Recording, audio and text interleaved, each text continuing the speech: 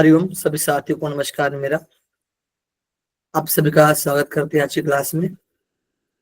हिंदी दिवस की आप सभी को बहुत बहुत शुभकामनाएं। जैसा कि हम लोगों ने शिव सहिता को शुरू किया था। शिव सहिता में हम लोगों ने प्रथम पट्टल के बारे में देखा था। ओके, आई होप कि आप लोग को प्रथम पट्टल पूरी तरीके से याद हो, नो डाउट। आज की क्लास में हम लोग द्वितीय पटल को शुरू करेंगे। छोटा सा द्वितीय पटल है, ठीक है। उसके बारे में हम लोग जानने वाले हैं। द्वितीय पटल का नाम क्या है आप सभी को पता भी होगा, ठीक है। नाड़ियों के बारे में वर्णन किया गया है द्वितीय पटल में, ठीक। इसके बारे में तो नाड़ियों के बारे में वर्णन मिलता है हमारा द्वितीय पटल में। ओके, तो उसके बारे में हम लोग को देखना है। तो देखते हैं द्वितीय पटल।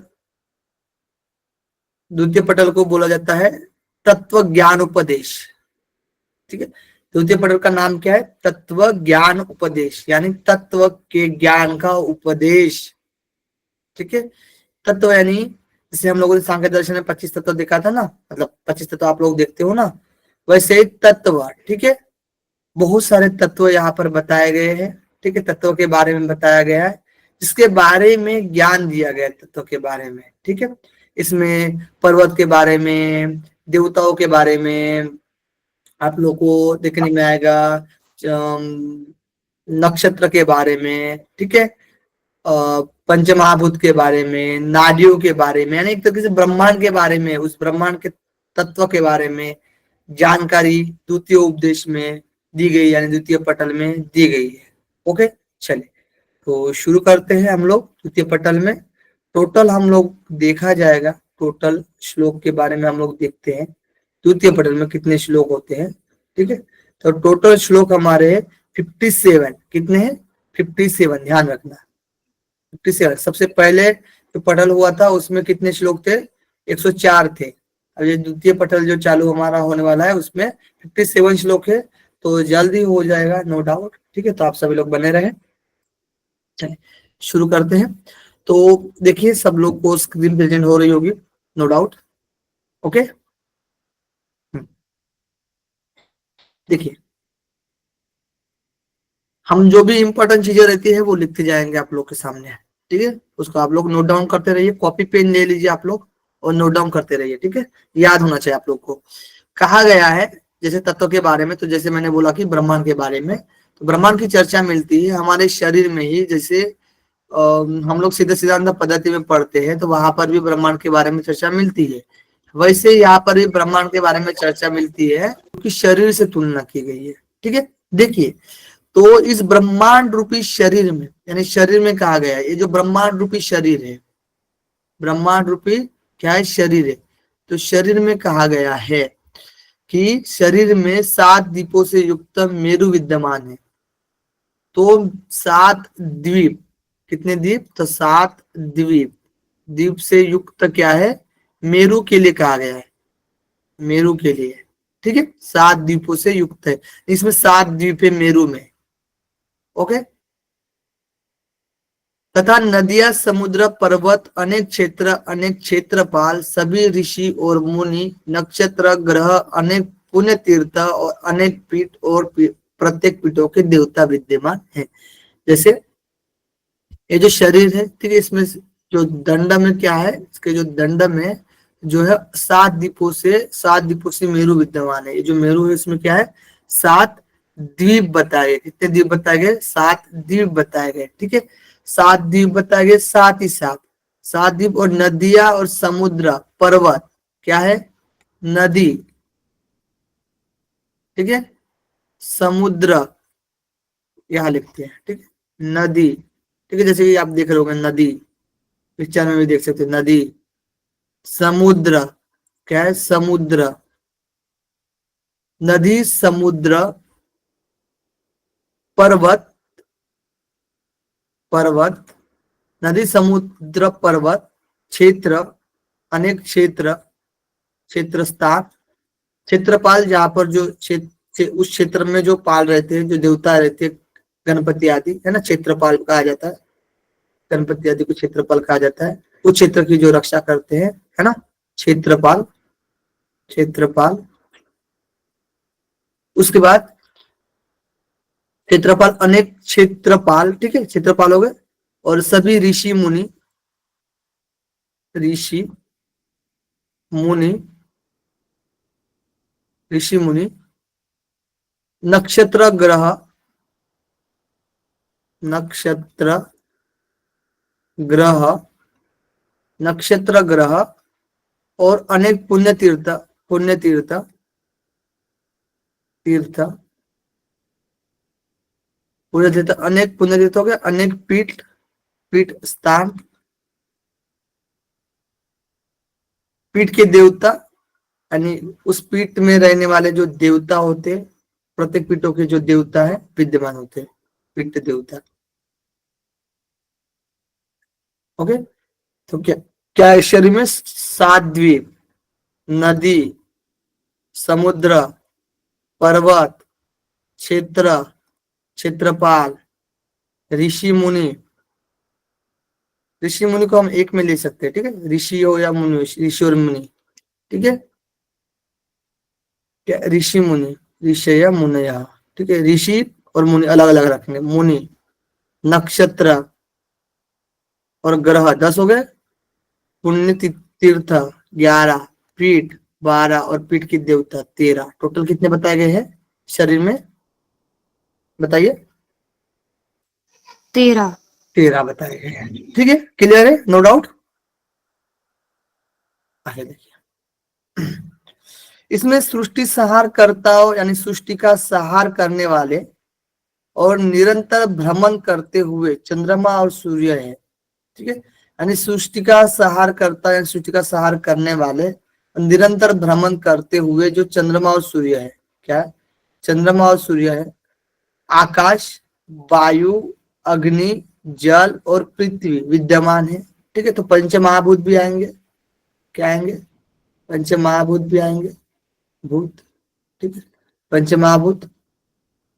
इस सब को जानता है वह निस्संदेह योगी है, ठीक है। सृष्टि का सार करने वाले निरंतर भ्रमण करते हुए, ठीक है, सूर्य चंद्र और पंच महाभूत। तो इसमें सूर्य चंद्र आएगा 14 नंबर पर, सूर्य चंद्र लिखिए, सूर्य चंद्र एक साथ लिखेंगे, चंद्र और पंच महाभूत, ठीक है, ओके।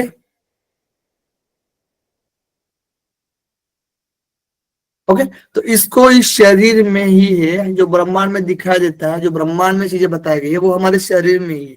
तो उसको क्या बोला गया? जानने की बात की गई है, ठीक है। इस तत्व के ज्ञान के बारे में तो ये चर्चा की गई, तो इसी तत्व को, ये जो तत्व जो बताए गए, इसी को क्या बोला गया कि जानने के लिए बोला गया है, ठीक है, क्लियर, ओके। यानी अभी जो योग की चर्चा जो मिलने वाली है, जो योग पहला हम लोगों ने पटल पढ़ा था ना, कहा क्या बोला गया था?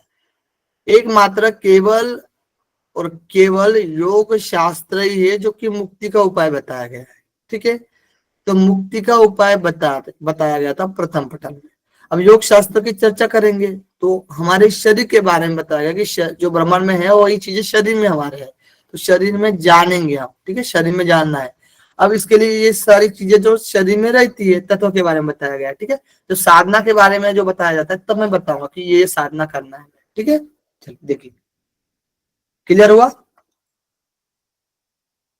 हाँ, आगे देखिए, आरती जी, प्रतिमा जी, आभा जी, वेरी गुड।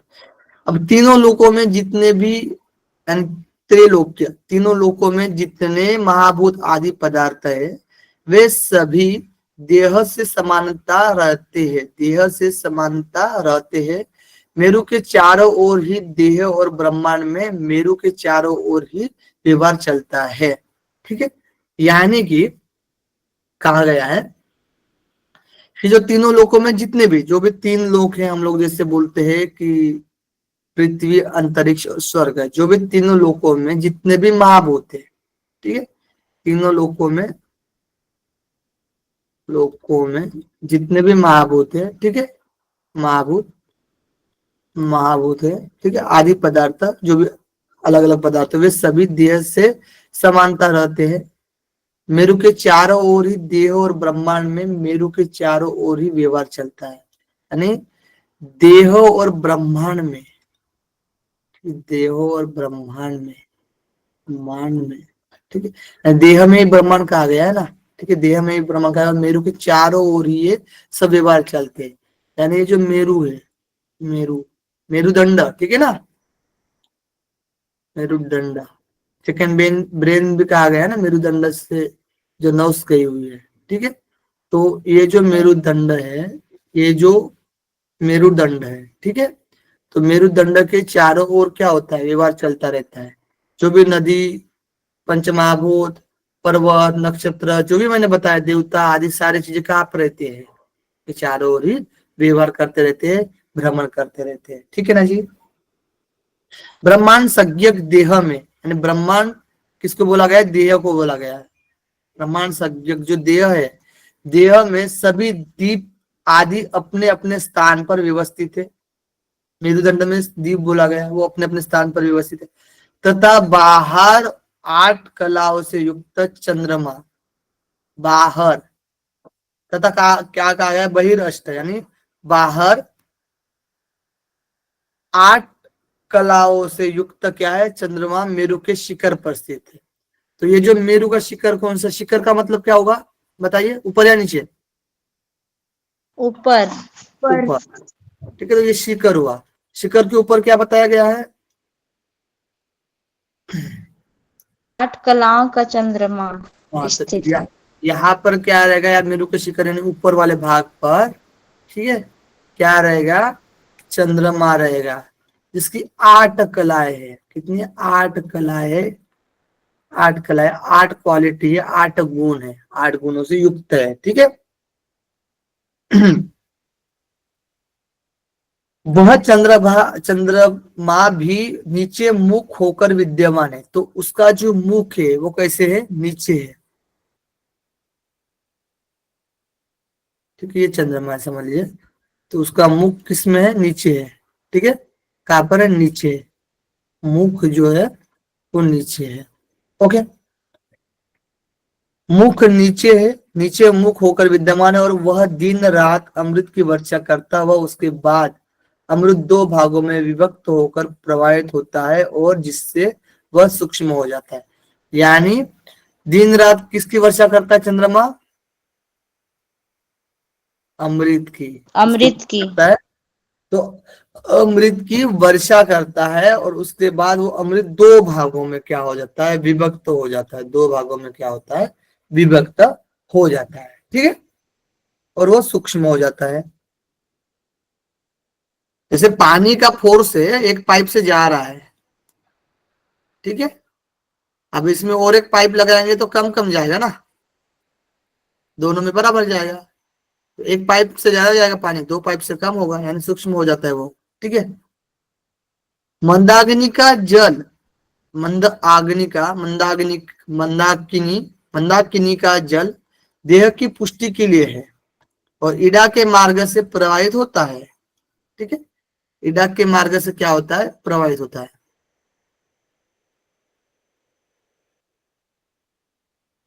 इस समझिए नोस्ट्रेल है, ठीक है, तो हम इसको क्या करेंगे, ईडा देंगे, ईडा, और इसको पिंगला, पिंगला, ठीक है। तो मंदाकिनी का जल जो होता है वो ईडा मार्ग से प्रवाहित होता है, वह संपूर्ण शरीर को ईडा के माध्यम से पोषण करता है। तो ईडा के माध्यम से ये जो संपूर्ण शरीर है, ठीक है, ईडा के माध्यम से संपूर्ण शरीर है, उसका क्या होता है बताइए, पोषण होता है। पोषण करता है। तो क्या है, मंदाकिनी का जल, मंदाकिनी का जल, ठीक है, यानी वही अमृत की धारे के बारे में बताया गया, अमृत के बारे में बताया गया है, जो चंद्र चंद्र से क्या होता है, स्रावित होता है, ठीक है। अमृतमय किरणों वाला यह बाई ओर स्थित है, और शुद्ध दूध की कांति वाला यह मंडल से हठपूर्वक आकर्षण करता है। चंद्रमा सृष्टि रूपी देह के लिए मेरुदंड में मेरु के मध्य में स्थित मार्ग से गति करता है, ठीक है। ने कहा गया है अमृतमय किरणों वाला यह बाई ओर स्थित है, कहां पर रहता है, ईडा में बाई ओर स्थित रहता है चंद्र, ठीक है। चंद्र कहाँ पर रहता है, बाई ओर स्थित रहता है, और शुद्ध दूध की कांति वाला यह मंडल हट, अब मंडल कैसा होता है, ये जो चंद्र जो होता है वो कैसा होता है, तो शुद्ध दूध की भांति, शुद्ध दूध की भांति, शुद्ध दूध की भांति कांति वाला, तेजस्वी, कांति वाला। ठीक है, कांति वाला यह मंडल से हठपूर्वक आकर्षण करता है, हठपूर्वक यानी आकर्षित हो जाते हैं। ठीक है, इस तरीके से वो आकर्षित होता है। और चंद्रमा है, ये जो चंद्रमा के बारे में बताया गया, वो सृष्टि रूपी देह के लिए, सृष्टि रूपी इस देह के लिए मेरुदंड में, मेरु के मध्य में स्थित मार्ग से गति करता है। तो मेरु के जो मध्य में स्थित मार्ग से वो गति करता है, ये कहा गया। लेकिन वो उसका स्थान जो रहता है वो मेरु शिखर पर रहता है, ये ध्यान रखना। ठीक है, आगे देखिए, 12 कलाओं से युक्त बोला गया ना, मेरु स्थित सूर्य कला द्वादश से युक्त। ठीक है, अब 12 कलाओं से युक्त प्रजाओं का पालन करने वाला सूर्य होता है, प्रजाओं का पालन करने वाला सूर्य होता है। ठीक है, सूर्य, सूर्य कितने कलाओं से युक्त है बताइए, उसके गुण कितने हैं? 12 12 कलाओं से, 12 कला, 12 कला होते हैं। ठीक है, 12 कलाओं से युक्त मेरुदंड के मूल में स्थित होता है। अब ये मेरुदंड है, ठीक है, ये शिखर है, और ये क्या है? मूल है, ये मूल है ना। ओके, तो मूल में क्या है? सूर्य रहता है। सूर्य कितने कलाओं से? 12 कलाओं से। 12 कलाओं से शिखर में कौन रहता है? चंद्र रहता है। चंद्रमा रहता है। चंद्रमा, कितने कलाओं से युक्त है? कितने कलाओं से युक्त है? 8 8 कलाओं से। 8 कला, 8 कलाओं से युक्त है। ठीक है, तो मेरुदंड के मूल में स्थित है, वह अपने नाड़ी रूपी किरणों से, माइक म्यूट कर लीजिए। हाँ? तो मेरुदंड के मूल में स्थित कौन है? सूर्य है। वह अपनी नाड़ी रूपी किरणों से, यानी दक्षिणपति दाहिने ओर के मार्ग से ऊपर जाता है। तो समझ लीजिए यहाँ पर कौन सी है? ये मैंने कहा था पिंगला, और ये कहा था ईडा, बराबर है? ये ईडा है। इसमें प्रवाहित होता है जो अमृत की धारा। ठीक है, चंद्र वाली, चंद्रमंडल से संबंधित है। ठीक है, और ये दाया है। अब ये जो नाड़ी है ना, ये नाड़ी जो अंदर से, ये राइट वाली दिख रही है, ऐसे करके ऐसे करके ऐसे करके ऐसे। ठीक है, ये हुआ राइट, समझ में आ रहा है? और ये तो मध्य से भी तो गुजरता है ना, तो ये भी नीचे तक जाइए, बाई वाली, ईडा वाली भी, ईडा वाली भी ऐसे गई हुई है। ठीक है, तो मध्य से भी तो जाती है, तो मध्य से भी जाती है, तो ये कहा गया था ना ऊपर की तरफ चंद्रमंडल। ठीक है, तो ध्यान रखना आप लोग, ये जो शिखर है तो ये नीचे से आएगा ना, ये नीचे से आएगा, मतलब सॉरी ऊपर से आएगा चंद्रमंडल वाला जो है ईडा वाला। ठीक है, तो इसमें से ये एरो कर रहा हूं मैं। ठीक है, इसमें क्या होगा बताइए? अमृत की धारा बहेगी, बराबर है? ओके, और ये जो रहता है सूर्य रहता है दाई ओर। ठीक है, अब देखिए, दाहिनी ओर के मार्ग से ऊपर जाता है। ठीक है, तो दाहिनी ओर के मार्ग से क्या होता है? ऊपर जाता है, ध्यान रखना।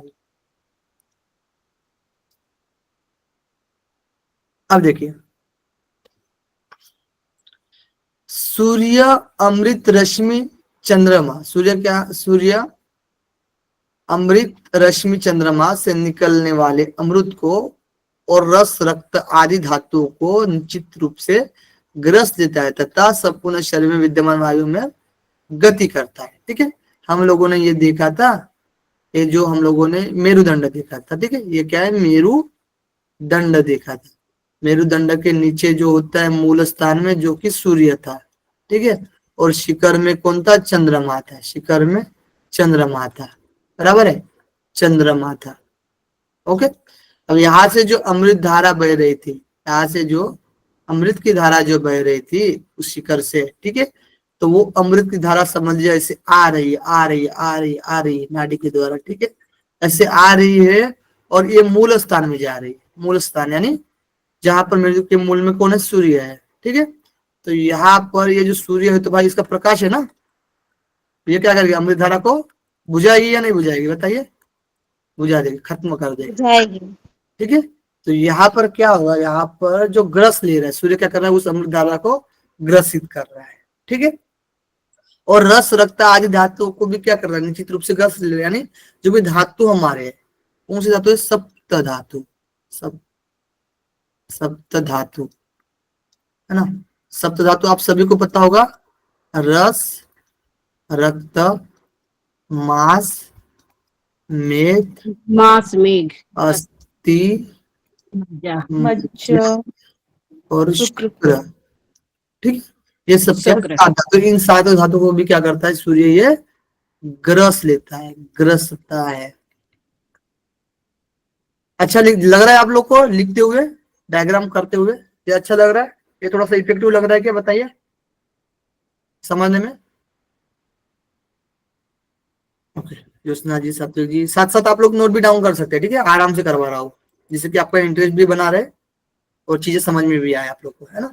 चलिए, ये सब पीडीएफ में रहेगा, नोट डाउन रहेगा, ठीक है? सर्वश्रेष्ठ यह, ठीक है? तो यहाँ पर ये कहा गया ना, घसता है तथा संपूर्ण शरीर में विद्यमान वायु में गति करता है, ठीक है?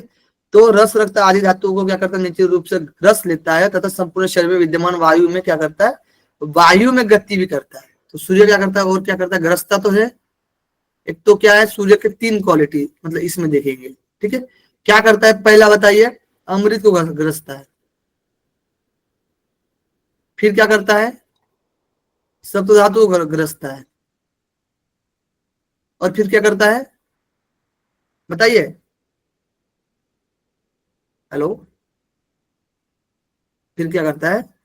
वायु में गति करता है, वायु में गति करता है, बराबर है? सर एक बार और रिपीट करेंगे क्या? ध्यान का था, तो रिपीट तो हो रहा है। सूर्य जो होता है अमृत ग्रसता है, सूर्य जो है वो सप्तधातु को ग्रसता है, ठीक है? और सूर्य जो है वो वायु की वायु वायु को गति देता है, ठीक है? चलिए, सर्वश्रेष्ठ यह मूर्ति सृष्टि अर्थात जन्म परंपरा को मिटाने वाली है। यानी ये जो सृष्टि है वो जन्म परंपरा को क्या करने वाली है? मिटाने वाली है। अर्थात प्रशस्त मार्ग में योग साधना में प्रवृत्त होने पर मोक्ष प्राप्ति का हेतु होता है। यानी ये जो सृष्टि है, ठीक है, इस जन्म परंपरा को क्या करने वाली है? मिटाने वाली है। जब हम योग साधना के द्वारा जान जाएंगे, ठीक है, और मुक्ति प्राप्त करेंगे, यानी इस शरीर में जो भी चीजें बताई गई उसको जानकर, ठीक है, उस तत्व को जानकर योग साधना के द्वारा, ठीक है, जब हम जानेंगे उस चीजों को, ठीक है, और साधना करेंगे, योग की साधना को, योग की साधना करेंगे, ठीक है, और मुक्ति प्राप्त करेंगे, ठीक है, तो ये जन्म परंपरा से क्या हो जाएंगे? दूर हो जाएंगे। मनुष्य के शरीर में 3.5 लाख नाड़ियां है। बताइए मनुष्य के शरीर में कितनी नाड़ियां है? नाड़ियां 3.5 लाख, 3.5 लाख, 3.5 लाख क्या है? नाड़ियां बताई गई मनुष्य के शरीर में, ठीक है, 3.5 लाख नाड़ियां। उनमें प्रधान भूत मुख्य 14 नाड़ियां। उसमें से मुख्य कितनी नाड़ियां बताइए? 14 नाड़ियां। 14 नाड़ियां, ठीक है। मुख्य जो है वो 14 नाड़ियां, ठीक है, मनुष्य के शरीर में,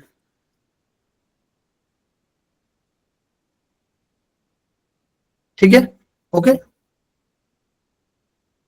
क्लियर? आगे देखते हैं। सुषुम्ना आदि नाड़ियों के नाम है, इनका पदार्थ नाम ही है। इनमें 3 सूर्य नाड़ी, पिंगला सूर्य नाड़ी जो कि पिंगला, चंद्र नाड़ी जो कि ईड़ा, और सुषुम्ना प्रधान है। तो कहा गया है सुषुम्ना आदि नाड़ियों के नाम है, ठीक है, तो सुषुम्ना आदि नाड़ियां यानी 14 नाड़ियां, ठीक है। उनमें जो है मुख्य नाड़ियां 14 में से भी पहले कितने थे? 3.5 लाख। 3.5 लाख। उसमें से जो मुख्य है वो कितने थे? 14। उसमें से भी जो प्रमुख है वो कितने हैं? 3। 3 3 है, ठीक है। इसको हम बोलते हैं, हाँ, तो क्या क्या लिखा गया है? सुषुम्ना आदि, ठीक है, सुषुम्ना नाड़ी से पिंगला, ईड़ा और सुषुम्ना, ठीक है, पिंगला, ईड़ा, सभी ग्रंथ सुषुम्ना। में 72,000 है, लेकिन इसी ग्रंथ में 3-3.5 लाख की चर्चा है नाड़ियों। 3.5 लाख नाड़ियों की चर्चा है, ठीक, बढ़िया, वेरी गुड, ठीक है। देखिए आगे, आगे देखिए, इन 3 में एक सुषुम्ना नाड़ी प्रधान है। प्रधान कौन सी नाड़ी है? सुषुम्ना। सुष सुषुम्ना। सुषुम्ना नाड़ी है, ठीक है, सुषुम्ना, ठीक है। सुषुम्ना नाड़ी क्या है, तो प्रधान नाड़ी है, एक नाड़ी जो है वो, ओके, मुख्य प्रधान है। वह योगियों को विशेष प्रिय है, तो योगियों की प्रिय, इसी को क्या बोलते हैं हम, योगियों की प्रिय, प्रिय नाड़ी कौन है, सुषुम्ना है, ठीक है। सुनना। योगियों की वो विशेष प्रिय है। प्राणियों की अन्य नाड़ियां उस उसके आश्रय से है, यानी जो अन्य नाड़ियां है, समझ लीजिए, ये जो अन्य आश्रय, ठीक है, अन्य नाड़ियां, अन्य नाड़ियां क्या है, अन्य नाड़ियां आश्रय, आश्रय, आश्रय, ठीक है, यानी अन्य नाड़ियां क्या है, आश्रित है, ठीक है, अन्य नाड़ियां आश्रय, समझे ना। वे कमल नाल के तंतु के सदृश सूक्ष्म, ठीक है, चंद्रमा सूर्य और अग्नि रूप नाड़ियां नीचे की ओर मुख करके मेरुदंड के आश्रय से स्थित है। अब देखिए, चंद्रमा सूर्य और अग्नि रूप नाड़ियां, नाड़ियां कौन सा रूप है, नाड़ियां। अब इसमें भी सूर्य चंद्र अग्नि जो है ना, तो वो उसके लिए पर्टिकुलर इनमें नाम भी दिया जाएगा, इडाकुलर सुषुम्ना के लिए, ठीक है। जो तीन है, चंद्रमा सूर्य और अग्नि रूप नाड़ियां नीचे की ओर मुख करके मेरु के आश्रय से स्थित है, ठीक है, तो नीचे की तरफ मुख है। तो ये जो मैंने कहा था ना आप लोग को, ये क्या कहा था, सूर्य ना, राइट, और ये लेफ्ट, ठीक है, ये लेफ्ट है और ये राइट है,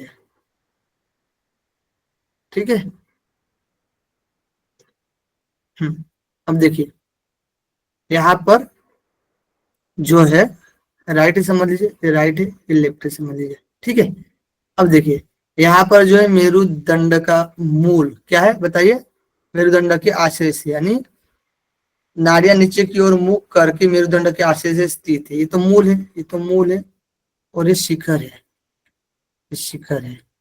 तो नाड़ियां किसका आश्रय लिया, ये तो मेरुदंड है ना, ये बीच वाली सुषुम्ना है, ठीक है, ये और जा रही है हल्की सी सुषुम्ना है बीच वाली। अब ये क्या है, मेरुदंड है। तो मेरुदंड का आश्रय लेकर है, बताइए, मेरुदंड का आश्रय कौन लिया है, किसने कितने नाड़ियों ने लिया है मेरुदंड का आश्रय, 3.5 लाख। और सुषुम्ना। फिलहाल कितने लिए, 3 नाड़ियां ली है ना, जी नाड़ियों ने। इडा पिंगला सुषुम्ना, जो कि मेरुदंड का आश्रय लिया है, लेकिन बाकी जो अन्य नाड़ियां है वो तो सुषुम्ना का आश्रय लिया है ना, समझ पा रहे हो, ओके ना, ठीक है। तो मेरुदंड का आश्रय लिया है 3 नाड़ियों ने, देखो, आश्रय, आश्रय, इडा, तो हम इसमें ये लिख सकते हैं, ठीक है, कोई दिक्कत नहीं, इडा, पिंगला और सुषुम्ना। एक मिनट, बढ़िया से लिखेंगे ना तो थोड़ा सा अच्छा रहेगा, आप लोग के लिए भी पढ़ने के लिए इजी हो जाएगा ना, ठीक है, पढ़ने में भी अच्छा हो जाएगा आप लोग को। आश्रय किसने लिया है, तो इडा पिंगला सुषुम्ना, इडा पिंगला और सुषुम्ना, सुषुम्ना, ठीक है। आगे देखिए, उस सुषुम्ना नाड़ी के मध्य में चित्रा नामक नाड़ी है। अब ये चित्रा नामक नाड़ी क्या है, ये अलग ही नाड़ी है, ठीक है, जो कि इसका 14 नाड़ियों के वर्णन में नहीं आता है, लेकिन सुषुम्ना नाड़ी के मध्य में, ठीक है, चित्रा नामक नाड़ी है, वह मुझे बहुत प्रिय है, वह मुझे बहुत प्रिय, यानी मम वल्लभा, मम वल्लभा, ठीक है, मम वल्लभा, उसमें ही अतिशय सूक्ष्म ब्रह्मरंध्र है जहां तक वह जाती है, ठीक है, यानी ये जो मध्य में कौन सी थी हमारी, मध्य में कौन सी थी, सुषुम्ना थी, है ना, सुषुम्ना, सुषुम्ना, हाँ। ये जो सुषुम्ना थी, ठीक है, सुषुम्ना, सुषुम्ना, अब इस सुषुम्ना को और छोटा रूप देंगे, ये सुषुम्ना है, ठीक है, तो इसी के मध्य में कौन सी है, और ये जो है चित्र नाड़ी है, तो ये जो छोटी वाली है वो कौन सी है, बताइए, चित्रा है, चित्रा। चित्र नाड़ी, ठीक है। तो मध्य में प्रभा बोला है। में चित्र नाड़ी, ओके। तो चित्र नाड़ी है। अब ये चित्र नाड़ी की विशेषता देखते हैं। तो चित्र नाड़ी जो है, चित्र नाड़ी की विशेषता देखते हैं, विशेषता, ठीक है। तो क्या है बताइए, विशेषता बताइए क्या है, ब्रह्मरंध्र बताइए। तक जाती है। सूक्ष्म ब्रह्मरंध्र। वल्लभा, देह की उपाधि रूप है, दोनों के मध्य रहती है, मम वल्लभा, पंच वर्ण से मम उज्जवल है। वल्लभा, ठीक है। पहले हाँ, एक एक मिनट, पंचवर्ण आया ही नहीं, अभी पंचवर्ण नहीं बताना है, ठीक है ना। जो मैंने बोला वो बोलना है बस। सुषुम्ना के मध्य, ये आपकी बात सही है। सुषुम्ना, सुषुम्ना, ठीक है। सुषुम्ना के क्या है, मध्य है, मध्य में। दूसरा है क्या है, मम वल्लभा, यानी शिव जी को प्रिय है। इसको प्रिय है बताइए, शिव जी की, जी। जी की प्रिय नाड़ी है, प्रिय नाड़ी, ठीक है। नंबर 3, इसको क्या बोला गया, ब्रह्मरंध्र बोला गया, ठीक है। ब्रह्मरंध्र है यानी अतिशय, उसमें ही अतिशय सूक्ष्म ब्रह्मरंध्र है। तो उसमें, अब इसमें चित्र नाड़ी में क्या है, चित्र नाड़ी में क्या है, ब्रह्मरंध्र है। क्या है, ब्रह्मरंध्र है, यानी ब्रह्म का द्वार है, ठीक है। अब देखिए, सुषुम्ना के मध्य में विद्यमान वह चित्र नाड़ी अतिशय शुद्ध और 5 वर्णों से उज्जवल है। तो अतिशय क्या है, शुद्ध है, ठीक है। अतिशय शुद्ध यानी हम शुद्ध लिख सकते हैं। 5 वर्ण, 5 वर्ण से क्या है बताइए, उज्जवल है। 5 वर्ण यानी पंचमहाभूत के वर्ण, पीला, ठीक है। पहले पीला आएगा, फिर आएगा शुभ्र, शुभ्र, रक्त वर्ण, धूम्र वर्ण, धूम्र, धूम्र वर्ण, और फिर आएगा नीला, है ना, पंचमहाभूत से संबंधित। पृथ्वी, जल, अग्नि, वायु, आकाश, ओके, समझ में आएगा। 5 वर्ण से क्या है, उज्जवल है, ओके। 5 वर्ण से उज्जवल है, और वह देह की उपाधि रूपा है, यानी देह की उपाधि, एक तरीके से देह की उपाधि, देह की उपाधि, उपाधि, देह की उपाधि, देह की क्या है, उपाधि है, ठीक है, ओके डन। देह की उपाधि रूपा है और सुषुम्ना के मध्य के रूप में। तो सुषुम्ना के मध्य लिख लिया हम लोगों ने, क्लियर है। यह ब्रह्मरंध्र, यह दिव्य मार्ग और अमरता पर रूप आनंद देने वाला कहा गया है, जहां पर केवल ध्यान करने से ही श्रेष्ठ योगी पाप के समूह को नष्ट कर देता है। यानी ये जो ब्रह्मरंध्र है, वहां पर जो ब्रह्मरंध्र है, यह ब्रह्मरंध्र यानी उसी की बात की गई है चित्रा की। यह दिव्य मार्ग और अमरत्व रूप आनंद देने वाला है, ठीक है। तो ये जो ब्रह्मरंध्र है, ब्रह्मरंध्र के अंदर की बात करेंगे हम लोग। ये जो ब्रह्मरंध्र है, तो इसमें हम लिख सकते हैं कि ये लिख सकते हैं कि दिव्य मार्ग और अमृतत्व, अमरता रूप आनंद को देने वाला है। दिव्य मार्ग और आनंद, दिव्य मार्ग, आनंद, आनंद, और क्या लिख सकते हैं, आनंद देने वाला है, ठीक है। और वहां जहां पर केवल ध्यान करने से शिष्ट योगी क्या होते हैं, पाप समूह नष्ट हो जाते हैं। तो ध्यान से क्या होता है, पाप दूर होते हैं, क्लियर, ओके। सुषुम्ना के मध्य मम वल्लभा कहा गया है चित्तनाड़ी को। चित्तनाड़ी के मध्य में ब्रह्मरंध्र है, ठीक है। अतिशय, उसमें ही क्या बोला गया, उसमें ही अतिशय सूक्ष्म ब्रह्मरंध्र है, ठीक है। तो उसी में चित्तनाड़ी में ब्रह्मरंध्र है, ठीक है। वो क्या है, ब्रह्मरंध्र जो दिव्य मार्ग, आनंद और ध्यान से ही, उस ब्रह्मरंध्र के ध्यान से क्या होता है, पाप दूर होते हैं। शुद्ध बोला गया है चित्तनाड़ी को। 5 वर्णों से उज्जवल कहा गया है, जो पंचमहाभूत के जो 5 वर्ण होते हैं। और देह की क्या बोला गया, उपाधि रूपा बोला गया है, ठीक है, डन, नो डाउट। आगे देखते हैं। आगे देखिए, गुदा से 2 अंगुल ऊपर और मेंढ्र अर्थात मूत्र मूत्र इंद्रियों से 2 अंगुल नीचे, 4 अंगुल विस्तार वाला समूलाधार कमल है। और उस आधार कमल में मध्य भाग में अतिशय शोभा युक्त 3 कोणों वाली योनि विद्यमान है, वह सभी तंत्रों अर्थात संबंधित शास्त्रों में क्या बोला गया है, गुप्त रखी गई है। तो यहाँ पर किसकी बात की है, 3 कोण वाली योनि विद्यमान है सभी तत्वों से, ठीक है। तो योनि के बारे में जब हम लोग योनि के बारे में देखते हैं, ठीक है, योनि की चर्चा में देखते हैं, योनि की चर्चा, ठीक है। योनि की चर्चा में कहा गया है ये है हमारा शरीर है। अब शरीर में देखिए यहाँ पर जो ये समझ लीजिए पाव है, ठीक है, एक तरीके से ये हमारा पाव है, ये हमारा दूसरा पाव है, ठीक है जी, ये बीच में कर लेते हैं इसको, ठीक है। अब इसमें जो है ना ये समझ लीजिए क्या है, ये मूल स्थान है हमारा, क्या है, मूल स्थान है, ठीक है। तो कहा गया है मेंढरा अर्थात मूत्र, ठीक है, गुदा से 2 अंगुल ऊपर और मेंढरा अर्थात मूत्र से इंद्रियों से 2 अंगुल नीचे, गुदा से 2 अंगुल ऊपर, तो गुदा क्या आएगा, नीचे आएगी, ठीक है, पहले गुदा आएगा फिर क्या आएगा, मेंढरा, ठीक है, जिसको पेनिस बोलते हैं, ठीक है, मेंढरा।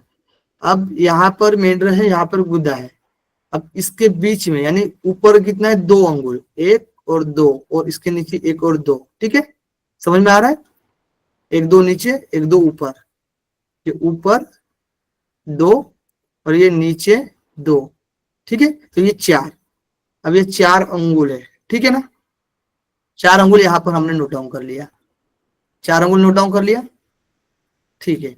अब ये 4 अंगुल है तो कहा गया 4 अंगुल विस्तार वाला, 4 अंगुल चौड़ा, ठीक है, विस्तार वाला सम मूलाधार कमल है। तो इसमें क्या है बताइए, 4 अंगुल विस्तार वाला, इसको क्या बोलेंगे हम लोग, मूलाधार बोलेंगे, क्या बोलेंगे, मूलाधार बोलेंगे, मूलाधार, ठीक है। अब इस मूलाधार कमल है, उस आधार कमल में मध्य भाग में क्या है, अतिशय शोभायुक्त 3 कोण वाली योनि है। तो ये 3 कोण निकाल लेते इसमें, 1 2 और 3, 3 कोण है, 1 2 3, ये क्या है, 3 कोणों वाली क्या है, योनि है, इसको क्या बोलेंगे हम लोग, योनि, ठीक है। योनि कहाँ पर है, यहाँ पर योनि है, योनि, योनि स्थान बोलते हैं ना, यही पर योनि है, समझ में आया योनि का स्थान, नो डाउट। मेघा जी, ज्योत्सना जी, आरती जी, मेघना जी, रजनी जी, आभा जी, प्रणाटी जी, नंदिता जी, पवन जी, वेरी गुड। चले आगे देखते हैं, आगे देखिए, ठीक है, ये हो गया। अब कहा गया है कि ये जो शोभा युक्त 3 कोण वाली योनि विद्यमान है, वह सभी तंत्रों अर्थात संबंधित शास्त्रों में गुप्त रखी गई। तो योनि को क्या बोला गया, गुप्त रखने, कब गुप्त रखी गई, इसको क्या कहा गया, मतलब गुप्त रखी गई योनि को, ठीक है, गुप्त रखा गया है शास्त्रों में, ओके, गुप्त।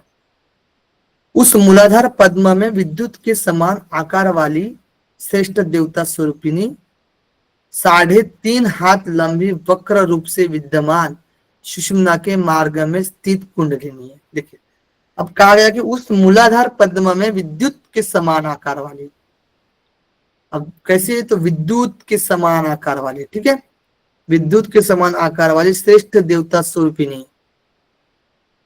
ठीक है, 3.5 हाथ लंबी वक्र रूप से विद्यमान क्या सुषुम्ना के मार्ग में स्थित कुंडलिनी है। तो ये मूलाधार देखा हम लोगों ने, तो इसी में क्या आएगी बताइए, इसी में जो है ना कुंडलिनी आएगी, इसको हम बड़ा करते हैं, इसको हम बड़ा करते हैं, ये जो मूलाधार है 1 2 3 4, ठीक है। अब इसमें जो है ना, इसमें जो है विद्युत के आकार वाली जो होती है वक्र वाली, क्या है बताइए, कुंडलिनी, क्या है ये, कुंडलिनी, कुंडलिनी, कुंडलिनी, ये क्या है, योनि, और ये क्या है, मूलाधार, ओके। चलिए अब ये किस में है, यहाँ पर सुषुम्ना भी आई हुई है, मैंने बोला था ना यहाँ पर ये इडा और पिंगला और इस बीच में सुषुम्ना, तो सुषुम्ना के मध्य में, ठीक है, सुषुम्ना में है ना, तो कुंडलिनी किस में है, सुषुम्ना में, तो इसमें क्या है, सुषुम्ना नाड़ी है, समझ लीजिए ये नाड़ी हम ऐसे कर रहे हैं, ठीक है, ऐसे नाड़ी कर रहे हैं, ठीक है, नाड़ी जो है सुषुम्ना। समझ पा रहे हो अभी? Okay done. Okay very good. और कितने फेरा मारी हुई है बताइए? ये 3.5 फेरा। 3.5 हाथ। 1 2 3.5, ठीक है। तो ये जो कुंडलिनी है वो कितनी फेरा मारी हुई? 3.5 हाथ मारी हुई। इसको थोड़ा सा और अच्छे से इसको करते हैं, ठीक है। देखिए, तो ये जो कुंडलिनी है कितनी फेरा मारी हुई? तो 3.5 हाथ मारी हुई फेरा। 1 2 और 3, 3.5, ठीक है। ATC ध्यान रखना, ठीक है।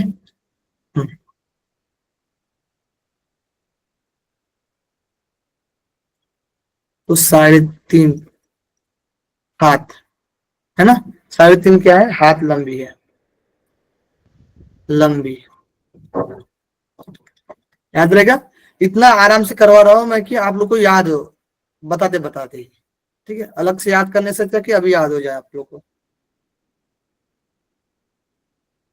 वह कुंडलिनी विश्व निर्माण स्वरूप वाली, निरंतर निर्माण में तत्पर, निरंतर देवताओं द्वारा प्रणाम की जाती हुई सरस्वती स्वरूपा वाणी द्वारा वर्णन करने की शक्ति से परे है।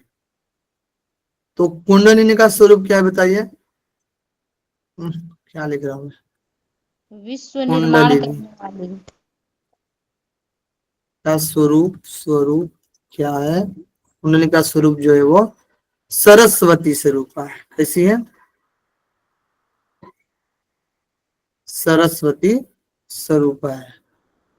अब सरस्वती स्वरूपा है, कैसी बताइए? सरस्वती सरस्वती। अब विश्व का निर्माण करने वाली सरस्वती माया पता है आप लोग को किस देवता से संबंधित है? ब्रह्मा। रजोगुण, यानी ब्रह्मा से संबंधित है। तो सृष्टि का क्या करने वाली है बताइए? रचना। निर्माता कहा जाता है ना ब्रह्मा जी को। निर्माण करने वाली, ब्रह्मा हाँ, जी को रचना निर्माता कहा करने जाता वाली। है। हाँ, तो ये क्या है? कुंडली स्वरूप सरस्वती है, ठीक है। तो सरस्वती ये क्या करने वाली है? वाणी द्वारा वर्णन करने की शक्ति से परे है ये, और देवता द्वारा प्रणाम की जाती है, ठीक है। और निरंतर निर्माण में तत्पर, यह स्वरूप वाली, विश्व निर्माण स्वरूप वाली है, ठीक है। तो वही बात है, ओके। विश्व निर्माण क्लियर? याद रहेगा अभी? विश्व निर्माण याद रखे, सरस्वती याद रखे, दिक्कत ही नहीं होनी चाहिए आप लोग को। देवताओं द्वारा प्रणाम करने वाले, प्रणाम करने वाले देवता, प्रणाम योग्य। अब देखिए आगे, आगे देखिए जो, ठीक है, जो ईडा नाम की नाड़ी है वह बाएं मार्ग में स्थित है और सुषुम्ना के आश्रय से अर्थात साथ साथ जाकर बाएं नासिका छिद्र में स्थित अर्थात वहां तक जाती है। तो ईडा के लिए कहाँ पर है बताइए? ईडा कहाँ पर है? बाएं बायां नासिका नासिका, में। बाएं नासिका। बायां नासिका में, ठीक है। पिंगला जो नाम की नाड़ी कही गई है वो दाहिने मार्ग में अव्यवस्थित है। वह मध्य नाड़ी अर्थात सुषुम्ना नाड़ी के साथ साथ दाहिने नासा छिद्र पर्यंत हो जाती है। साथ साथ मैंने कहा था ना, यहाँ पर जो मैंने कहा था ये मेरुदंड, इसमें जो ईडा और पिंगला साथ साथ है ना, ये सुषुम्ना बराबर है। हाँ, तो दाएं में कौन है? पिंगला जो है वो दाएं में, ठीक है। क्लियर? आगे बढ़े, आगे देख, ईडा और पिंगला नाड़ियों के मध्य में क्या है? सुषुम्ना है, मैंने कहा था ना। ईडा और पिंगला नाड़ियों के बीच में क्या है? सुषुम्ना है, सुषुम्ना, सुषुम्ना, सुषुम्ना, ठीक है। सुषुम्ना, सुषुम्ना है, ठीक है। योगीजन उसमें 6 स्थानों में 6 शक्तियों से युक्त 6 कमल अर्थात चक्र मानते हैं। तो देखिए यहाँ पर देखने वाली बात है, सुषुम्ना नाड़ी कहा गई है मध्य में, ठीक है। सुषुम्ना नाम की जानी जाती है नाड़ी। अब योगीजन क्या कहते हैं कि योगीजन उसमें 6 स्थानों में, उसमें सुषुम्ना में 6 स्थान, ठीक है, 6 स्थानों में निषट शक्ति, शट पद्म, ठीक है, 6 स्थानों में 6 शक्तियों से युक्त 6 कमल अर्थात चक्र मानते हैं। ठीक है, 6 स्थान बताए गए एक तरीके से। यहाँ पर पंच स्थान का भी वर्णन आएगा, तो मेनली पंच स्थान भी ध्यान रखना। ठीक है, छठ स्थानेषु छठ शक्ति छठ पद्म योगिनो विदुः। ठीक है, तो कहा गया कि ईड़ा और पिंगला नाड़ियों के मध्य में जो सुषुम्ना नाड़ी की, जो सुषुम्ना नाड़ी नाम की नाड़ी है, योगी जन उसमें 6 स्थानों में, उसमें 6 स्थानों में 6 शक्तियों से युक्त 6 कमल अर्थात चक्र मानते हैं। ठीक है, अब देखना मैं बताता हूँ आप लोग को। अब यहाँ पर जब 28 नंबर श्लोक आता है तो कहा गया पंचस्थानम सुषुम्नायाम,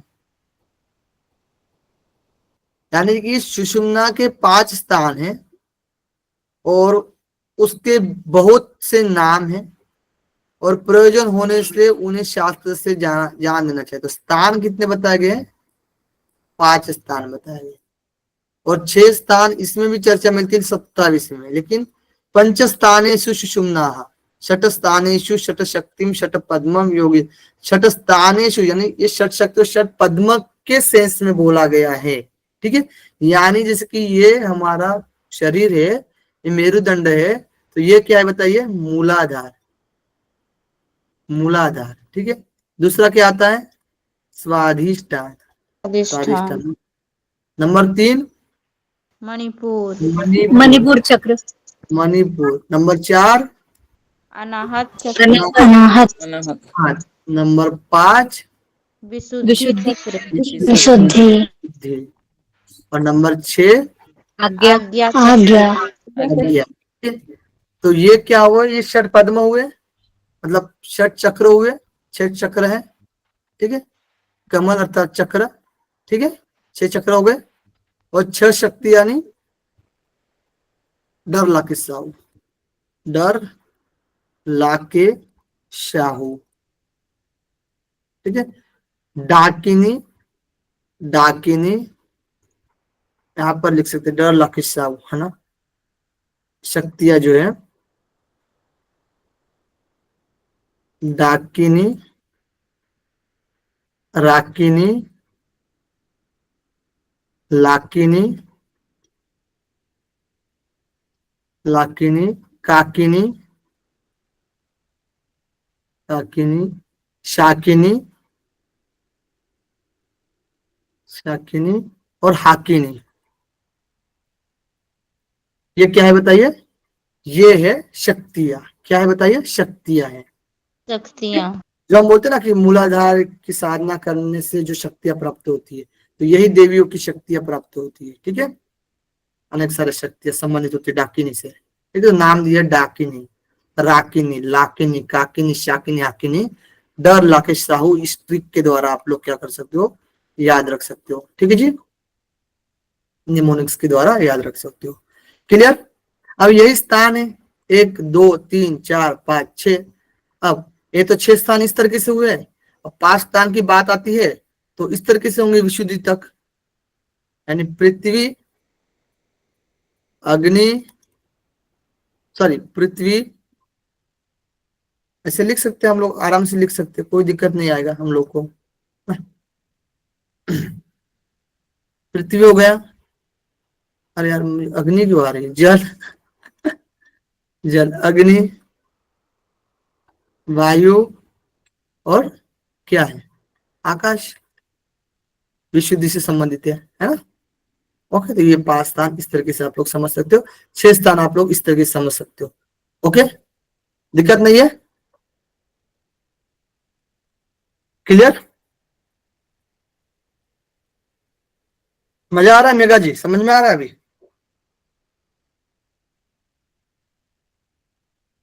सोनू जी ठीक ठाक है?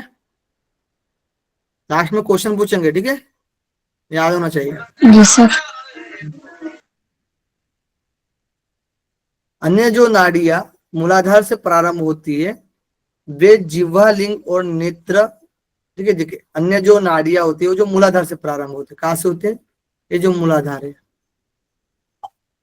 ये मूलाधार है। ठीक है, तो मूलाधार से क्या होते हैं? प्रारंभ होते हैं, प्रारंभ। ठीक है, मूलाधार से प्रारंभ होते हैं वे जिह्वा, लिंग, पहले देखिए वे क्या है? रसना ने जिह्वा, लिंग, नेत्र, पैर के अंगूठे, उधर पार्श्व अंगूठे और कान, पैर के अंगूठे फिर से अंगूठे आए और कान, ठीक है। सभी अंगों गुदा पेट तक पहुंचकर जो जहां जहां से उत्पन्न हुई है वहां पर लौटती है, ठीक है। यानी मूलाधार से क्या होती है, प्रारंभ होती है और कहां पर जाती है, यानी कहा गया है कि गुदा पेट तक पहुंचकर, यानी इन सभी जगह पर पहुंचकर जो जहां जहां से उत्पन्न हुई है वहां पर क्या होती है, लौटती है, यानी वापस आती है, बाकी अंगों पे जाती है और फिर वापस आती है। जैसे आप लोगों को पता है जीवा से संबंधित सरस्वती है, ठीक है।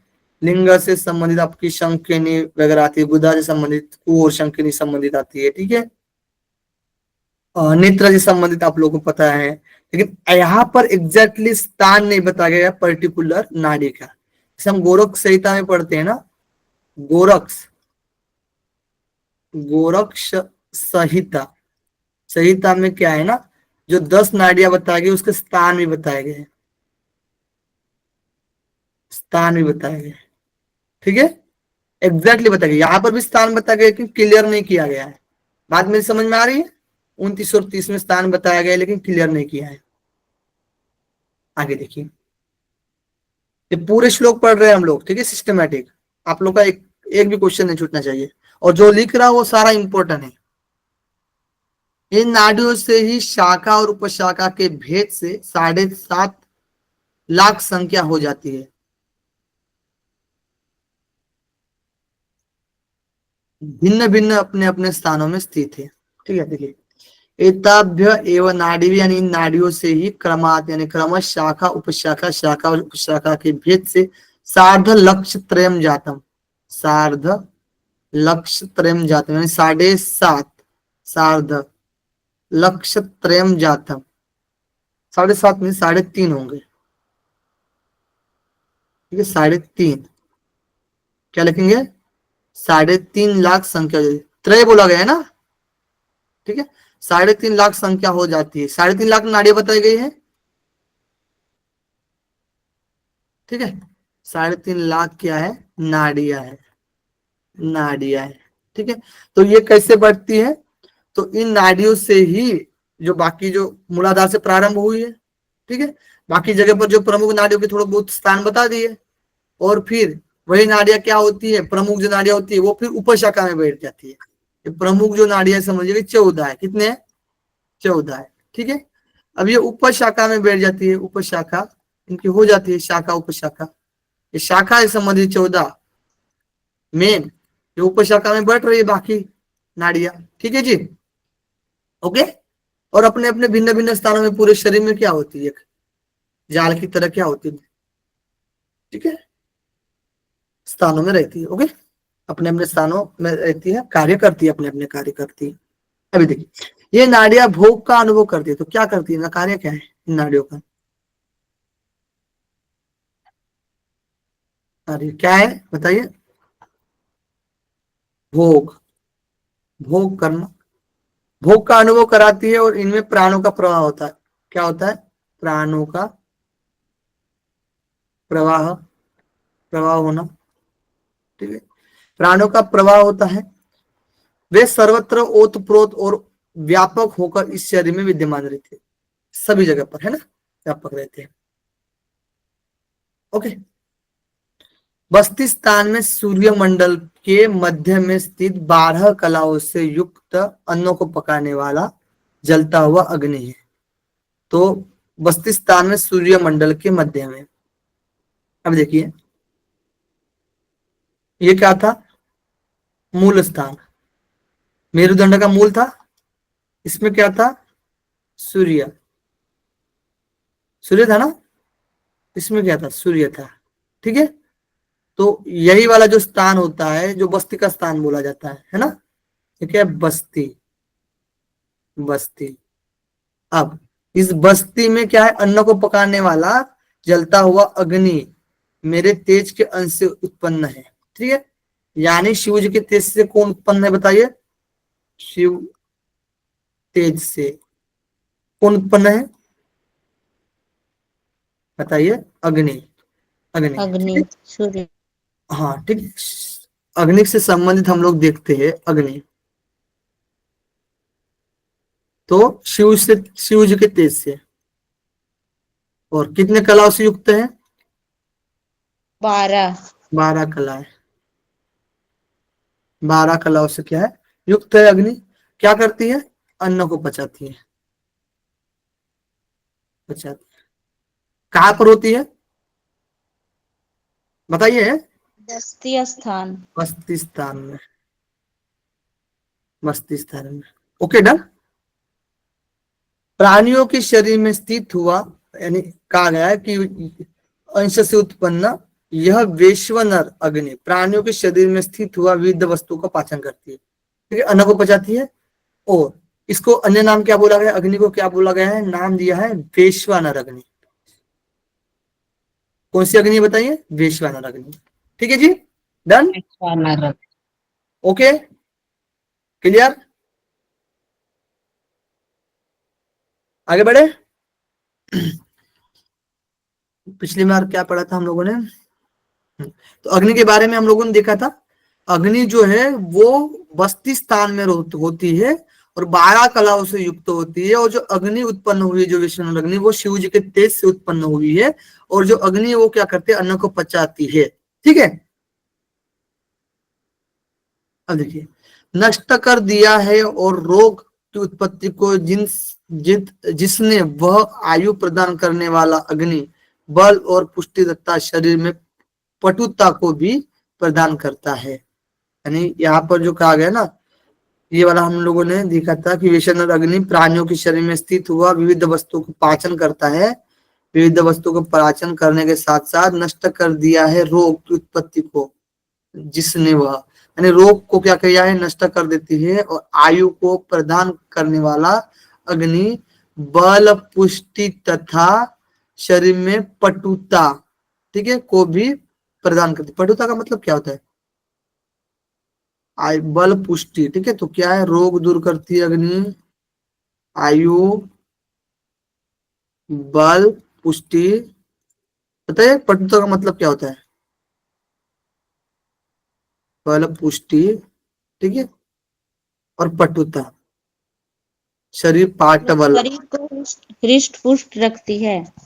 पुष्ट रखती है। पुष्ट तो मिल रहा है ना, बल पुष्टि। शरीर पाटवलम, यानी क्या होता है? पटुता, शरीर में पटुता आना, लघुता आना। बताइए। Sir flexibility. तो सर्च कर लीजिए क्या बनता था इसका मीनिंग, है ना, पटुता का। हल्कापन। हमको भी नहीं पता है, बताइए। पुष्ट ही होगा लग रहा है सर, पुष्ट पुष्ट होगा लग रहा है। दिया है, पटुता का मीनिंग तो वही निकल रहा है, मैं भी बोल सकता था, लेकिन बल पुष्टि च, बल तो दिया है, पुष्टि दिया है, सर पाटवलम। निपुणता, गूगल में देखे सर, निपुणता बताया। ठीक है, निपुणता, ठीक है, बल पुष्टि निपुणता लाना, ठीक है, निपुणता ना। चलिए ओके, बहुत बढ़िया। निपुणता, पटुता का मतलब क्या है? तो निपुणता लाना शरीर में। ओके, इसलिए बुद्धिमान योगी गुरु द्वारा प्राप्त शिक्षा के अनुसार वैश्वानर अग्नि को प्रज्वलित करके उसमें विधि पूर्वक प्रतिदिन प्राण रूपी अन्न का हतन करता है। यानी जो ये वैश्वानर अग्नि जो है, ठीक है, उस वैश्वानर अग्नि को बुद्धिमान योगी गुरु द्वारा प्राप्त शिक्षा के अनुसार, ठीक है, उसके द्वारा जो प्राप्त करके, ठीक है, गुरु के द्वारा जो प्राप्त करके शिक्षा के अनुसार वैश्वानर अग्नि को प्रज्वलित करके, जो साधक जो है वो वैश्वानर अग्नि को प्रज्वलित करके उसमें विधि पूर्वक क्या है? प्रतिदिन प्राण रूपी अन्न का हतन करना है।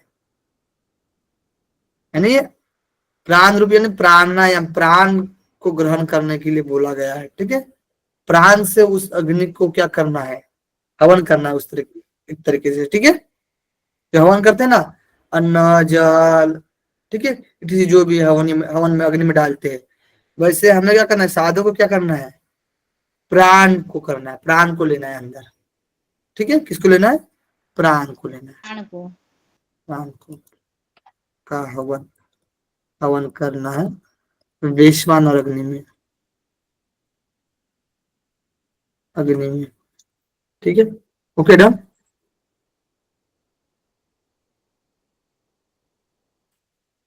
ओके, आगे देखिए, बहुत बढ़िया। अब देखिए, ब्रह्मांड जिसकी संज्ञा है ऐसे इस शरीर में, मैंने कहा था ना ब्रह्मांड शरीर की संज्ञा है, शरीर को ब्रह्मांड कहा गया है।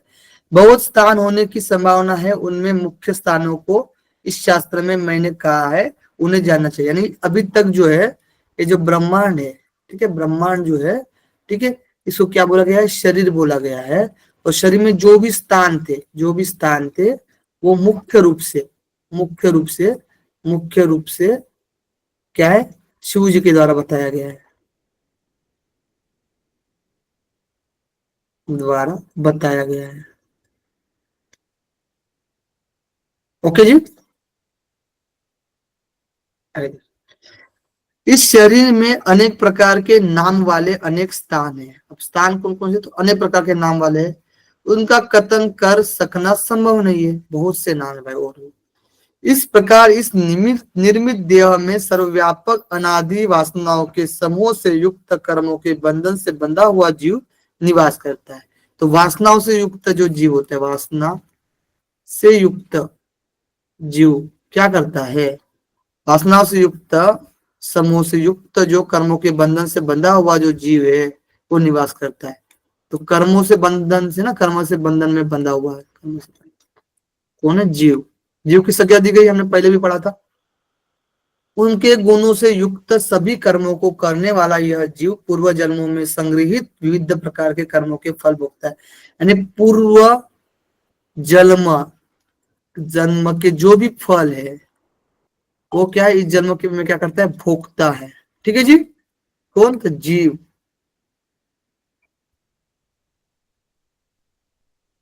इस संसार में जो जो दिखाई पड़ता है वह सब कर्म से ही उत्पन्न हुआ है। जन्म लेने वाला प्राणी अपने किए हुए कर्मों के अनुसार ही सभी भोगों को भोगता है। तो कर्म के अनुसार भोगना, भोगना बराबर लिख रहा हूं मैं, बताना कभी चुक भूल हो जाएगी तो, है ना। सुख और दुख देने वाले जो भी काम आदि दोष है वे सभी जीव के कर्मों के अनुसार ही प्रवृत्त होते हैं। सुख और दुख तो कर्म के अनुसार।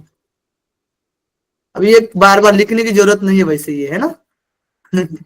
पढ़े हैं ना हम लोगों ने, सुख और दुख, है ना, सुख और दुख। अब देखिए कितना फास्ट जा रहे हैं हम लोग। चैतन्य अर्थात जीव जब पुण्य कर्मों से युक्त होता है तब उसे केवल प्राणों को तृप्ति और पुष्टि का अनुभव होता है और प्रत्यक्ष में सुख भोग के साधन स्वतः प्राप्त हो जाते हैं। जब वो चैतन्यता पुण्य कर्मों को करता है तो क्या मिलेगा, सुख मिलेगा। ठीक है, सिंपल सी बात है। और मनुष्य को अपने किए हुए कर्मों का कारण ही सुख अथवा दुख होता है। यानी कर्मों के कारण ही क्या होता है, सुख अथवा दुख होता है। उसके फल स्वरूप आत्म तत्व जीव निश्चय ही पाप से युक्त नहीं रह जाता है। ठीक है, यानी पाप से युक्त नहीं रह जाता है, लेकिन पुण्य से तो रहता है।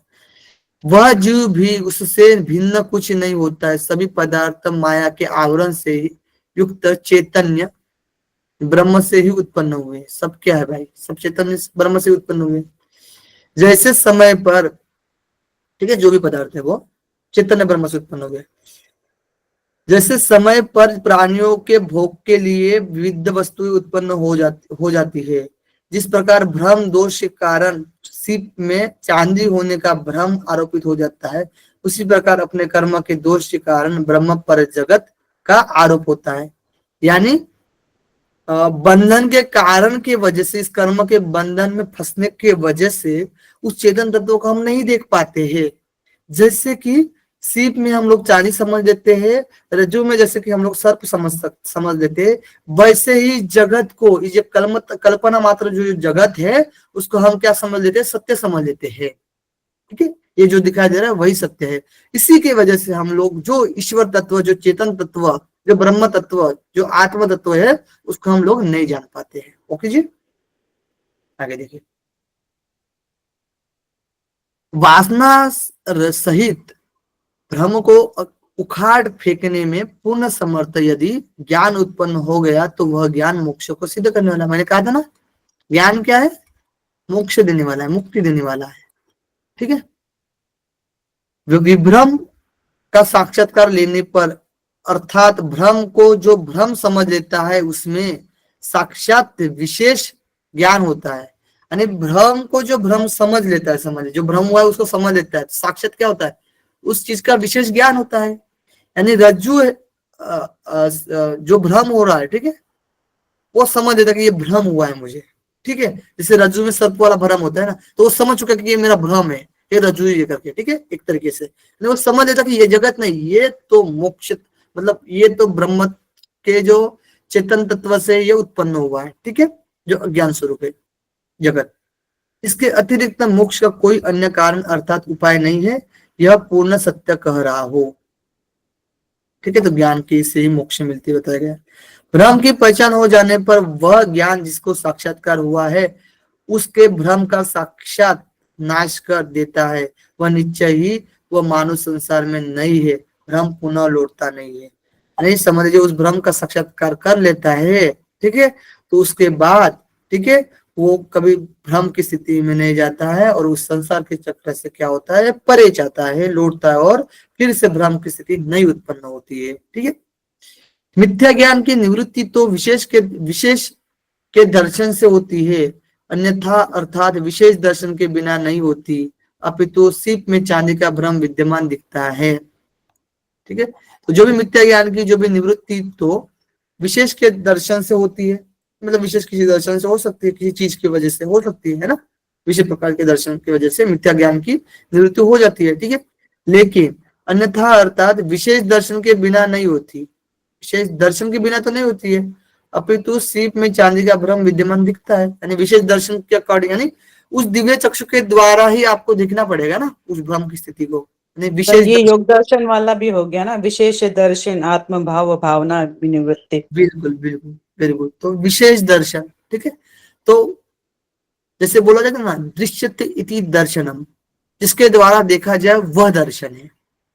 ठीक है, उस दिव्य चक्षु के द्वारा बताया गया है, उस दिव्य चक्षु की बात की गई है। ठीक है, जो हम देख रहे हैं इसके द्वारा जो चीजें दिख रही है वो दर्शन नहीं, जिसका दर्शन करना है, किसका दर्शन करना है, इस मोबाइल का दर्शन नहीं करना है। ठीक है, ये बुक का दर्शन नहीं करना है, या फिर ये एयरपोर्ट का दर्शन नहीं करना है। ठीक है, या फिर ये माउस का दर्शन नहीं करना है। दर्शन किसको बोला गया? उस आत्म तत्व का दर्शन करने की बात बोली गई है। दर्शन क्यों आया है? उस आत्म तत्व को देखने की बात की गई है। दृश्यते अनेन इति दर्शनम, अनेन इति दर्शनम। ठीक है, दृश्यते अनेन इति दर्शनम, ठीक है, जिसके द्वारा देखा जाए वह दर्शन है। चलिए, ओके, समझ में आ रहा है बाकी लोगों को? जी, बहुत बढ़िया। जब तक साक्षात्कार में नीले ब्रह्म के विषय में ज्ञान उत्पन्न नहीं होता है तब तक ही अनेक प्रकार के सभी प्राणी दिखते हैं। अनेक प्रकार के प्राणी दिखेंगे जब तक साक्षात्कार नहीं हुआ तब तक। जब शुभ कर्मों से प्राप्त मनुष्य मोक्ष प्राप्ति में उपकरण होवे तब शरीर धारण करना सफल होगा, इसमें संशय नहीं है। तो मनुष्य जो समझिए शुभ कर्मों से जब मनुष्य शरीर धारण करता है और मोक्ष प्राप्ति में उपकरण होवे तब शरीर धारण करना सफल होगा, इसमें संशय नहीं है। यानी जब शरीर मिला है, कहने का तात्पर्य, तो इस शरीर से समझिए हम लोग मुक्ति प्राप्त करेंगे, मोक्ष की प्राप्ति करेंगे, तो इस शरीर को सफल मानेंगे कि हाँ शरीर मिला। कहा गया ना, उपनिषद में कहा जाता है, शायद आप लोग बता सकते हो उपनिषद कौन सा उपनिषद है। ठीक है, तो अनेक कर्मों के द्वारा, मतलब अनेक जन्मों के बाद इस ये मनुष्य शरीर प्राप्त हुआ है। तो ये जो मनुष्य शरीर है ये केवल और केवल साधना के लिए ही मिला है, जिससे कि साधना करके मुक्ति प्राप्त करे। तो इसका साधना के लिए इस शरीर का क्या करना है? उपयोग करना है। ठीक है, और इस साधना के लिए इस शरीर का हम लोग उपयोग करेंगे तो हमारे जो शरीर मिलने का अस्तित्व रहेगा। ठीक है, तभी तो बोला जाता है कि प्रकृति से भी मुक्ति प्राप्त हो रही है। समझ में आ रहा है? इस शरीर की वजह से भी साधना करने के लिए मिल रहा है। ठीक है, ये बात आती है। जीवन के साथ रहने वाली जिस प्रकार की मूल वासना विद्यमान है, प्राणी उसी प्रकार का कर्तव्य अकर्तव्य के प्रसंग में भ्रम युक्त है।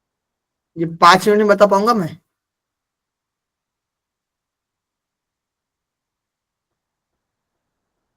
देखते हैं, 5 मिनट देखते हैं, 5 मिनट में टाइम स्टार्ट करें और सब लोग ध्यान दीजिए, ठीक है? कमर कस कर बैठ जाइएगा, सब लोग ध्यान दीजिए। जी सर।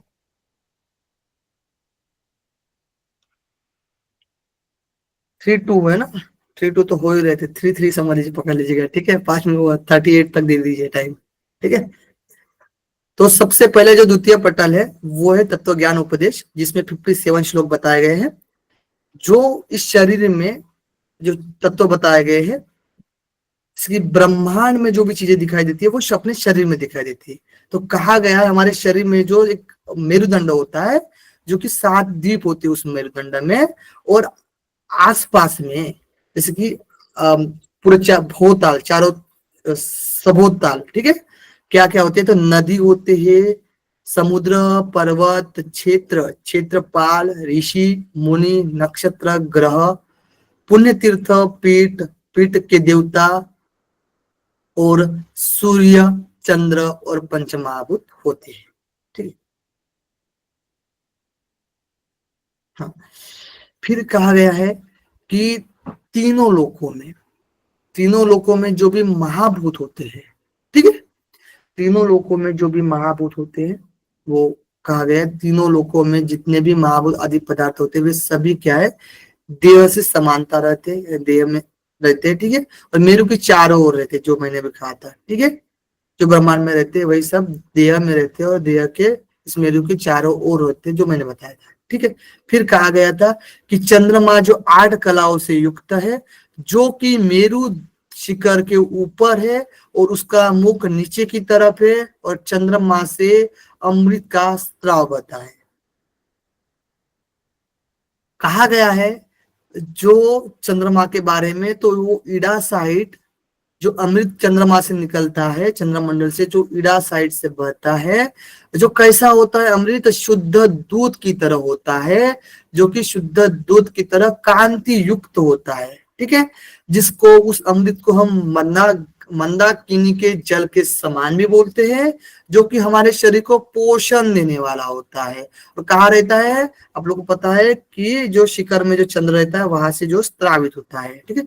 चंद्र कितने कलाओं से होता है? 8 कलाओं से। और मेरुदंड के मूल में सूर्य होता है, और वो सूर्य कितनी कलाओं से युक्त होता है? तो 12 कलाओं से क्या होता है? युक्त होता है, ओके? 12 कलाओं से युक्त होता है सूर्य, और वो क्या करता है? जो चंद्रमा से जो स्रावित अमृत होता है उसको क्या करता है? ग्रसता है। और हमारे शरीर में जो सप्त धातु होते हैं, रस, रक्त, मांस, मेद, अस्थि, मज्जा, शुक्र, उसको भी घरसने वाला क्या करता है? काम करता है, ठीक है? यानी समाप्त करने वाला। और साथ ही साथ वायु को क्या करता है? गति प्रदान करता है सूर्य, ठीक है? जो कि मेरु के मूल में होता है, ओके? अब नाड़ियों के बारे में देखते हैं हम लोग। तो मनुष्य के शरीर में 3.5 लाख नाड़ियां बताई गई है, उसमें से 14 नाड़ियों को प्रमुख कहा गया। कितने नाड़ियों को? 14 नाड़ियों को प्रमुख कहा गया है। और उस 14 नाड़ियों को प्रमुख में से भी 3 मुख्य या प्रमुख कहे गए हैं, 3 नाड़ियां, जो कि पिंगला, इडा और सुषुम्ना नाड़ी है। पिंगला के बारे में देखते हैं तो इस तीनों नाड़ियों में से भी एक प्रमुख यानी प्रधान कहा गया है, उसका नाम है सुषुम्ना। और वो कैसी है? तो वो योगियों की प्रिय नाड़ी कही गई है सुषुम्ना को। और ये जो सुषुम्ना होती है ना, वो अन्य नाड़ियों की आश्रय भी है, आश्रय रूपा भी है। अन्य नाड़ियों की आश्रय रूपा कौन है? सुषुम्ना है। और शरीर की उपाधि रूपा कौन है? वो है चित्रा नाड़ी। और सभी नाड़ियों की आश्रय रूपा देखा जाएगा तो वो है सुषुम्ना नाड़ी। ये ध्यान रखना, इस तरीके से भी आपको क्वेश्चन घुमाकर आ सकता है, ठीक है? तो अन्य नाड़ियां क्या? आश्रयित है सुषुम्ना से, ओके? अब इडा और पिंगला, इडा जो होती है बाई साइड, पिंगला जो होती है राइट साइड, और इसके बीच में जो होती है सुषुम्ना होती है, ठीक है?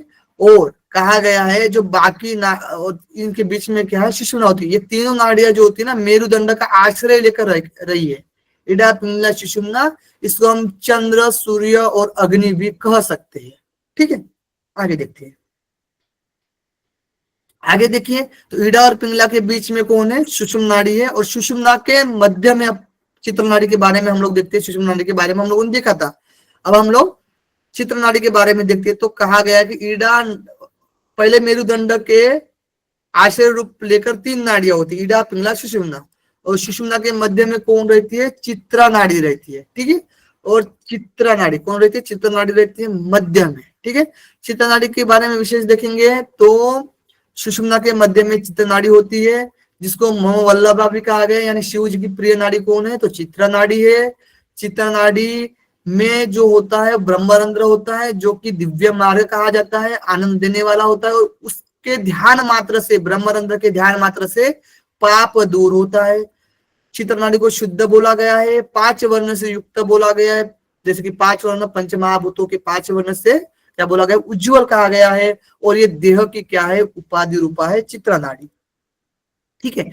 फिर हम लोग देखते हैं योनि की चर्चा मिलती है।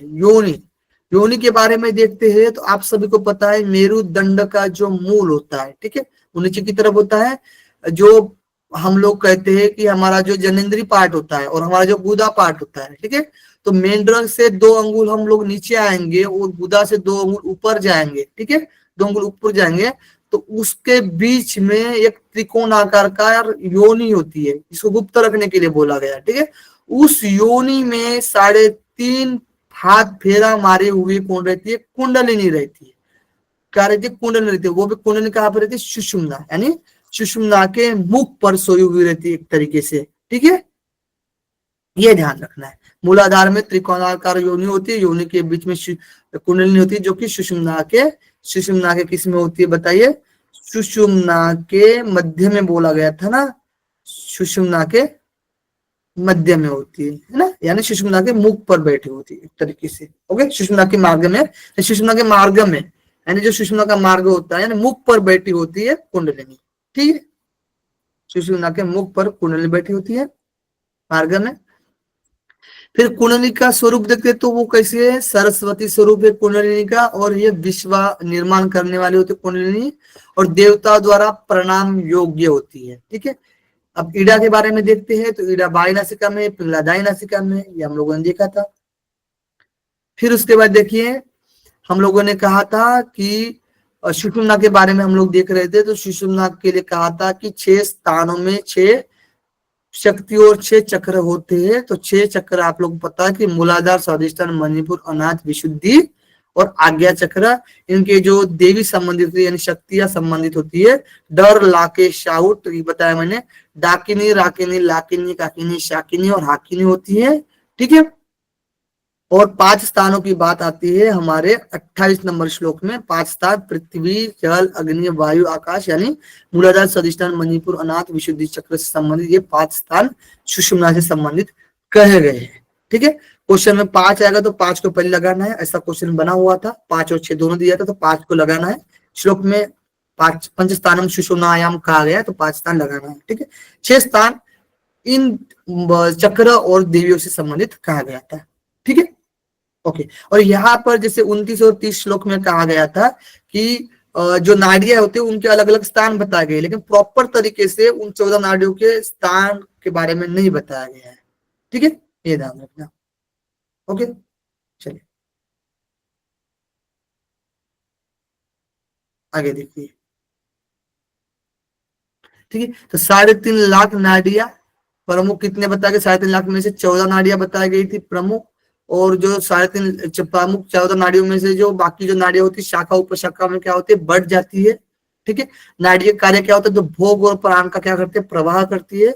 उसके बाद अग्नि की चर्चा आती है, तो अग्नि के लिए कहा गया कि बस्ती स्थान में, जो मूल स्थान में सूर्य है उसके उसमें क्या है, मतलब बस्ती स्थान बताया गया वहां पर, और उस बस्ती स्थान में अग्नि होती है। अग्नि कैसे प्रकट हुई? तो शिव जी के तेज से अग्नि प्रकट हुई है, जिसको हम वैश्वानर अग्नि के नाम से जानते हैं, जो कि 12 कलाओं से युक्त है और अन्न को पचाती है। और कहाँ पर रहती है? तो बस्ती स्थान में रहती है। ये हम लोगों ने देखा था। वो क्या करती है? तो रोग को दूर करती है, आयु, बल, पुष्टि और पटुता यानी निपुणता लाने वाली होती है। और उस वैश्वानर अग्नि में किसका हवन करना चाहिए? तो प्राण का हवन करना चाहिए कहा गया है, ठीक है। तो ये चीजें हम लोगों ने देखी थी। जो ब्रह्मांड जो शरीर के लिए बोला गया था, शरीर के लिए ब्रह्मांड बोला गया था, ठीक है। ये हम लोगों ने देखा था। Okay, clear.